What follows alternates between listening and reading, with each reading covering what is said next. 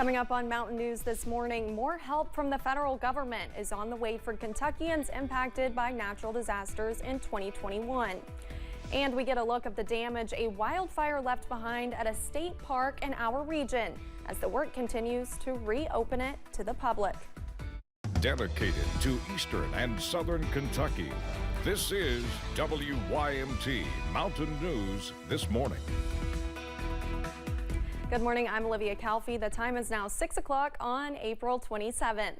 Now let's check in with Brandon Robinson for a look at your forecast this morning. And actually, Brandon, you know what they say, isn't it the day before Friday, it's Friday Eve? Friday Eve. We have something to look forward to today. That is exactly right. And we're looking forward to the weekend, of course, but unfortunately, it could be a bit of a soggy weekend. It's also the last one in April, so May is on the way. Let's take a look, see what's going on at Lake Cumberland this morning. A little bit of haze down that way this morning. No major issues in Pulaski County. No rain for sure just yet. That comes a little bit later today as we head deeper into the forecast. Temperatures this morning, 30s and 40s, no 50s anymore. Monticello was there just a little bit ago, but they're at 49. Jackson and Pikeville at 48 this morning. And then on the other end of the scale, we've got Manchester, Grundy, and Clintwood in the 30s. And again, well, we'll skip over that for this time. Breakfast forecast for you as you head out the door the next little bit. We're going to continue to see temperatures mainly in the mid to upper 40s. Sun and clouds this morning, maybe a few more clouds in spots, but those clouds will increase this afternoon along with the rain chances. We're going to continue to kind of watch that, but I can tell you basically about 2 o'clock this afternoon is when that rain will start to move in. We're going to be watching that very closely as we head deeper into that forecast, and we'll talk more about that coming up here in just a little bit. Olivia? All right, thank you, Brandon. Governor Beshear says the federal government will help hundreds of homeowners impacted by natural disasters in 2021. The governor announced the Federal Department of Housing and Urban Development will allocate $123 million to help rebuild. It will go to hundreds of people devastated by the December 2021 tornadoes, as well as some 2021 flooding victims in eastern Kentucky. It is expected the money could lead to 600 new homes in the affected areas. We're going to spread the wealth to those who need it the most.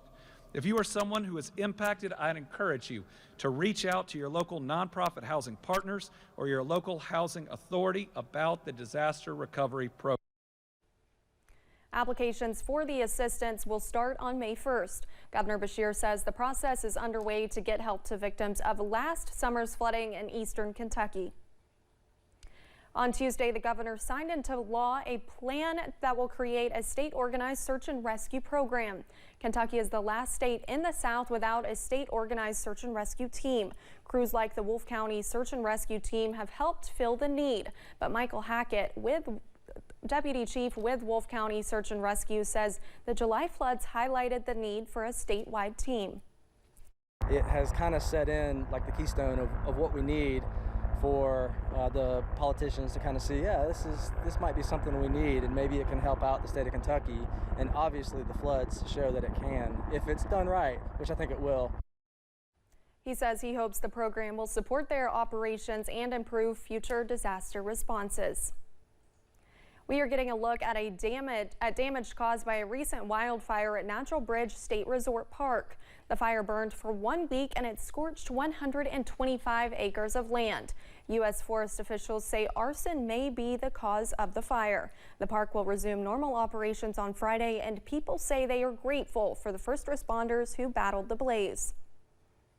Basically, the fire was contained using hand crews.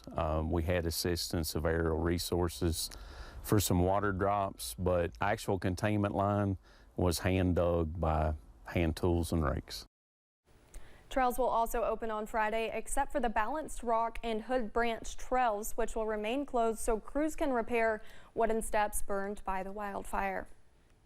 The Hazard Fire Department will be roaming the city conducting fire hydrant tests from now until Sunday, May 7th. Those with the Hazard Fire Department say these tests are done for insurance rating purposes. The better the city's water system is, the better insurance rating those in Hazard will receive. These tests also help firefighters become better prepared for emergencies.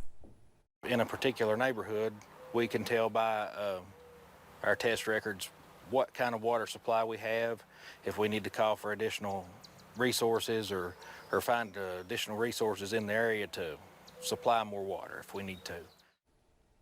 Until fire hydrant tests are completed, firefighters ask everyone to check their water, especially before doing laundry, since the test can cause water to become discolored, which can sometimes stain clothing. Oncology patients coming in for radiation, infusion, and chemotherapy appointments were gifted a special surprise in Corbin. Destiny Quinn shares that story.